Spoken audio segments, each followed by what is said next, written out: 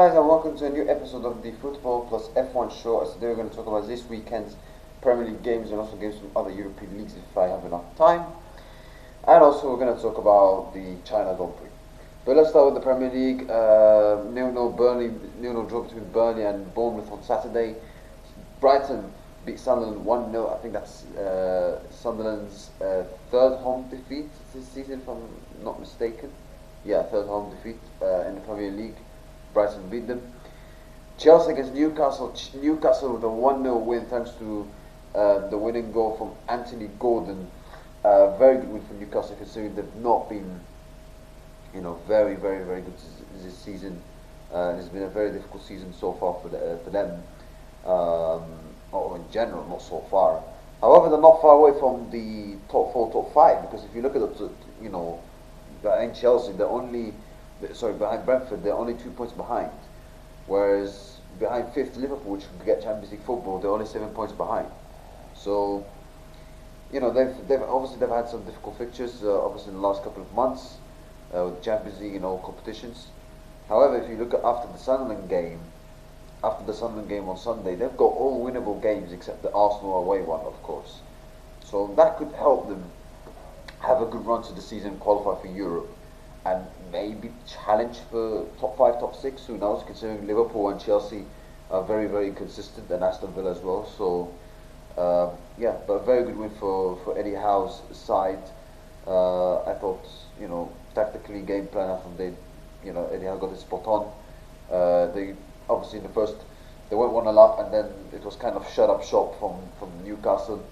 They had to concede possession and chances from Chelsea, but I think they defended quite well and they managed to come away with a win in this game. Considering, Newcastle usually struggle at Stamford Bridge, it's a great win for them. As for Chelsea, it's the same old thing. They create chances, they have possession, but they don't put the ball in front of the net once again. And that's been Chelsea's problem for a long time right now. Defensively, they were quite shaky. They conceded, and they could have conceded even more. And yeah, it was it wasn't a good performance from Chelsea, and it was a bad result for them once again, and a blow for their top 4, top 5 hopes. Considering United played against Aston Villa and Liverpool dropped points against Tottenham, it was kind of an opportunity for Chelsea to get closer, but they didn't capitalise, and they didn't beat Newcastle at home, where Newcastle mostly this season they've been struggling. And there was the moment before the game where Chelsea were doing the huddle circle in front of the referee, Paul Tierney, which was, first of all, why the referee was involved in that spot, in that centre spot, and secondly, why the players are doing the huddle in front of the referee? Why? People blame Paul Tierney for being there, and people say, he wanted to be famous. Yeah, you could criticize Paul Tierney for being involved in that team huddle. But why did Chelsea, if they wanted to make a team huddle, which is not the problem, but why do you want to make a team huddle in front of the referee? Why do you make it, and that you could have made it anywhere else? Why? It was so bizarre. It was absolutely bizarre. I don't know why Chelsea did it. I don't know why the referee didn't get out of the way. Both are very to blame. It was very embarrassing.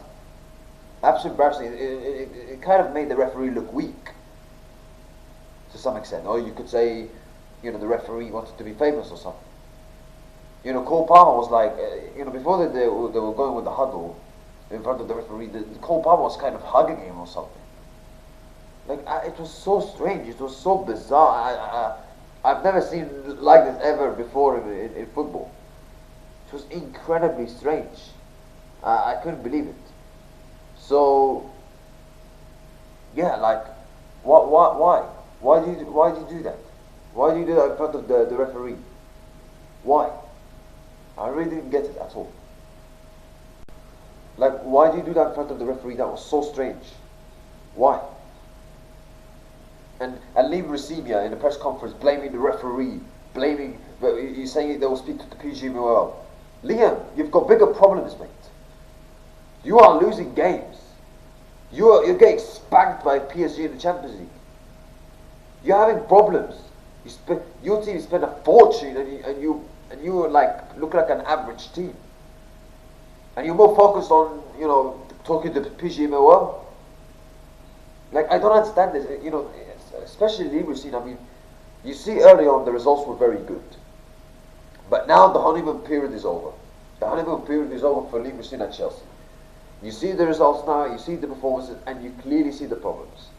And listen, the players are to blame, but Leverkusen is also to blame. The way sometimes he's speaking, at times he looks like someone that is from AI. The way sometimes he speaks, honestly, like no, you have to start winning football games, mate. Otherwise, you're gonna be out the door. Because Chelsea. Let's be honest. Have Chelsea really improved under Leverkusen? Have they really improved? No, not for me. Arsenal beat Everton 2-0, a huge win for Arsenal as they take a big step to winning the Premier League title, and we all know why. Listen, it wasn't easy for Arsenal because they had a lot of possession, they had chances. Everton were parking the bus, they were making it difficult for Arsenal as much as they can, and I even said it before the game they would do it. But Arteta and Arsenal found a way to win that game. Gyökeres with a winning goal, it looked like in the 89th minute, and then the second goal. Oh my God, Max Dowman. Oh my God, what a player, what a talent, what a kid, what a goal. That was a Messi-like goal. I'm not exaggerating. That was a Messi-like goal. The guy's 16 years old. I'm 2 years older than him. But wow, what a... And even in pre-season, there was some alarms and people saying, "Oh, this guy could be a fantastic player for Arsenal in the future."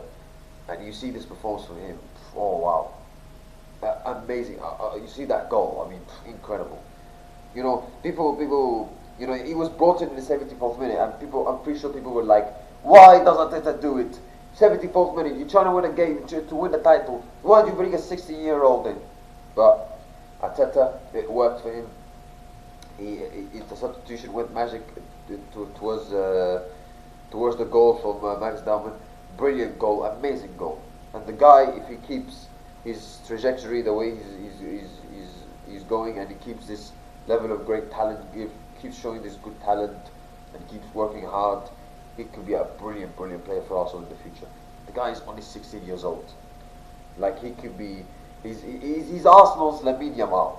Let's be honest, he's Arsenal's Lamine Yamal. He's a brilliant young kid, and I'm excited to see what he's going to do in the future. But what a goal! The way, it's almost like he felt like he was playing in PlayStation or something. But incredible goal, fantastic. And won Arsenal the game, especially it was an easy game for them against Everton, who were making it difficult.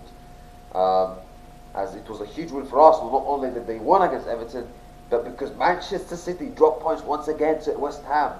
They went 1-0 up with the goal from Bernardo Silva against West Ham, but then 4 minutes later, Mavropanos, the former Arsenal player, helping Arsenal win the title as he scored the equaliser against Manchester City 1-1.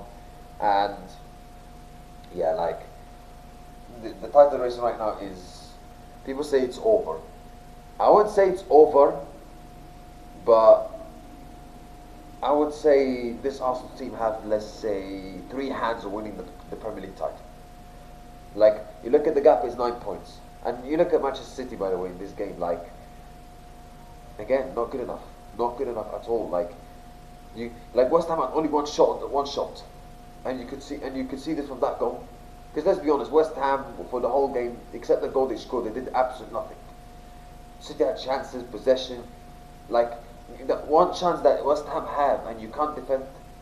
I'm sorry, you have yourselves to blame. But a very good point for West Ham, sitting in the battle for relegation. But for City, they have only themselves to blame. And by the way, Erling Haaland, again, his form in the last couple of months has been very, very poor, and in this game he wasn't that great as well. So yeah, and you look at this Arsenal side, they're now 9 points clear of Manchester City.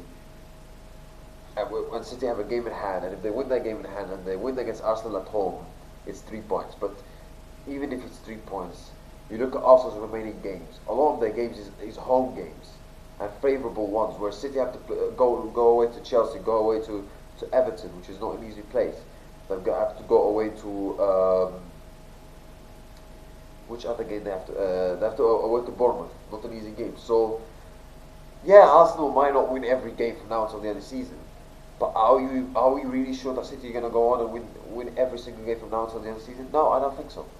And I said it before. This City side reminds me of Liverpool 2024 and the Jurgen Klopp, the Liverpool's team, the Jurgen Klopp, the final season of Jurgen Klopp, where they're a team. It's a rejuvenated team, but it's a rebuilding team, but it's not there yet. It's not there yet. And I feel like this City side is a refreshing team with obviously the amount of signings they brought in and other players that they left the club, like De Bruyne, etc. But it's a refreshing team, but still it seems that it's not there yet. It's not there yet. So, and let's be honest, 70% of the City squad, even though City have a great experience of winning the Premier League, 70% of the squad that City have right now, they don't have the experience of winning the Premier League. So that's the problem. So it's a very good City side, but it's not there yet. It's not the finished article. So for sure they're going to improve next season, but at the same time, this season, like the way they performed as well and the way they competed, let's say in most of the away games, particularly in Champions League and other games, maybe except the Liverpool game where they came back really well, it hasn't been good enough the way they went about it in away games. So most because they've lost a lot of away games as well this season, if I'm not mistaken. So yeah. But now they're 9 points behind Arsenal. I can't see Arsenal throwing it away. I really can't see it. It's difficult. It's difficult to see it. So I think this Arsenal side should go on and win the Premier League. And if they do it, they will deserve it absolutely. Let's move on to Sunday's Premier League games. You've got Crystal Palace 2-0 with Leeds. Manchester United, another win, a big win, as they bounce back after the Newcastle game by beating Aston Villa 3-1. And Villa, like, they were poor, but still, United did really well to punish them, and they deserved to win. They could have even scored more. Casemiro, the guy, he's leaving in this season, but he looks like back to his best since Carrick came in. Šeško, I mean, he's been such a completely different player under Carrick. He's been absolutely fantastic. Scored once again. And United, they got 3 points clear of Aston Villa, 5 points clear of Liverpool, and 6 points clear of Chelsea. I think this United side should go on and qualify for the Champions League and get third. So yeah, well, another win for Michael Carrick. Nottingham Forest 2-0 with Fulham. Liverpool dropped points to Tottenham 1-1. I mean, despite Nottingham Forest and Leeds United and West Ham got a point, Tottenham also got a point. And you have to say credit to Tottenham because they put in a good fight. They put in a decent, positive performance because in the past seasons, in the past weeks, it's been absolutely dreadful for them. But they showed a great fight. They showed a spirit and they showed great quality, especially with the equaliser from Richarlison. But from Liverpool, I mean, as Somersley said, if they continue playing like this, they should be happy they're playing Conference League because how can you not beat this Tottenham side? How? This Tottenham side is absolutely ridiculed with injuries, with criticism, with being smashed every single weekend, with being in a relegation fight. Everything is going against Tottenham. They have injuries, they have problems. They changed the manager. The manager hasn't even made a good impact. Igor Tudor. They have lots of problems. Everything is going against them. And as bad as Liverpool have been this season, you can't beat Tottenham at home. Like, that's absolutely embarrassing. You can't even beat Tottenham at home. Like, by the way, any side who play against Liverpool, it's almost like they look good. Wolves, they're going to get relegated, but they looked very good against Liverpool, even though they've been improving in other games as well. Nottingham Forest, they were absolutely fantastic against Liverpool.